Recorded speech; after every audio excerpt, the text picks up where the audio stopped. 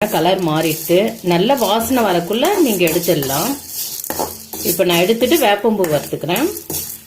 அதே வானல்ல 1 கப் வேப்பம்பூ சேர்த்து வறுத்துக்கலாம். லேசா வறுபட்டா போதும். வறுபட்டு வேப்பம்பூ எடுத்துடலாம். இப்ப மிளகா வறுத்துக்கலாம். அதுக்கு 2 ஸ்பூன் எண்ணெய் ஆட் பண்ணிக்கிறேன். எண்ணெய் காஞ்சிட்டு நான் மிளகா போட்டு வறுத்துக்கிறேன். மிளகா உப்பி வருது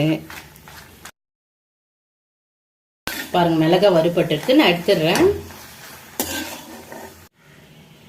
உளுத்தம்பருப்பு, மிளகாய், வேப்பம்பூ, உப்பு சேர்த்துக்கலாம். அது கூட கொஞ்சம் புளி, பழைய புளி எடுத்துக்கோங்க. அப்பதான் இந்த துவையல் நல்லா இருக்கும். வேப்பம்பூ கொஞ்சம் கசப்பா இருக்கும்ல, இந்த கசப்பே தெரியும். துவையல் அரிசின்னு வந்துட்டேன். அதே வானல்ல துவையல் வதக்கிடலாம். இன்னும் 2 ஸ்பூன் எண்ணெய் ஆட் பண்ணிக்கிறேன். எண்ணெய் காஞ்சிட்டு கடுகு போட்டு காய்ச்சிக்கலாம். அரைச்சி வச்சுக்க துவையல் ஆட்